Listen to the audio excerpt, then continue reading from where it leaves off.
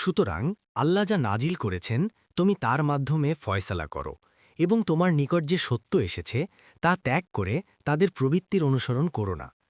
তোমাদের প্রত্যেকের জন্য আমি নির্ধারণ করেছি শরীয়ত ও স্পষ্ট পন্থা, এবং আল্লাহ যদি চাইতেন তবে তোমাদেরকে এক উম্মত বানাতেন, কিন্তু তিনি তোমাদেরকে যা দিয়েছেন তাতে তোমাদেরকে পরীক্ষা করতে চান।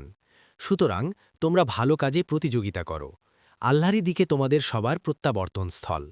অতঃপর তিনি তোমাদেরকে অবহিত করবেন যা নিয়ে তোমরা মতবিরোধ করতে। ৪৯ আর তাদের মধ্যে তার মাধ্যমে ফয়সালা কর যা আল্লাহ নাজিল করেছেন, এবং তাদের প্রবৃত্তির অনুসরণ করো না। আর তাদের থেকে সতর্ক থাক যে আল্লাহ যা অবতীর্ণ করেছেন তার কিছু থেকে তারা তোমাকে বিচ্যুত করবে।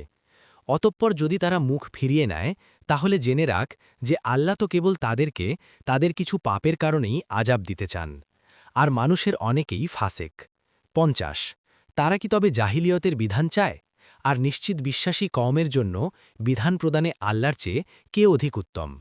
৫১ হে মুমিনগণ, ইয়াহুদী ও নাসারাদেরকে তোমরা বন্ধুরূপে গ্রহণ করো না। তারা একে অপরের বন্ধু, আর তোমাদের মধ্যে যে তাদের সাথে বন্ধুত্ব করবে সে নিশ্চয় তাদেরই একজন। নিশ্চয় আল্লাহ জালিম কওমকে হিদায়াত দেন না।